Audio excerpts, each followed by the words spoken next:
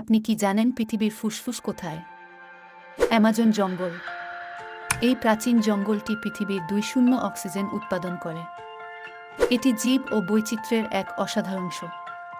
অ্যামাজনে প্রায় 390 বিলিয়ন গাছ আছে। প্রায় 16000 প্রজাতির গাছ রয়েছে এখানে। এই জঙ্গলে খুঁজে পাওয়া যায় 400 প্রজাতির স্তন্যপায়ী প্রাণী। এছাড়াও প্রায় 300 প্রজাতির সরীসৃপ বসবাস করে এখানে। 800 প্রজাতির পাখি ও 3000 প্রজাতির মাছও রয়েছে। এখানে এমন অনেক উদ্ভিদ রয়েছে যেগুলি ওষুধের সামগ্রী হিসেবে ব্যবহৃত হয়।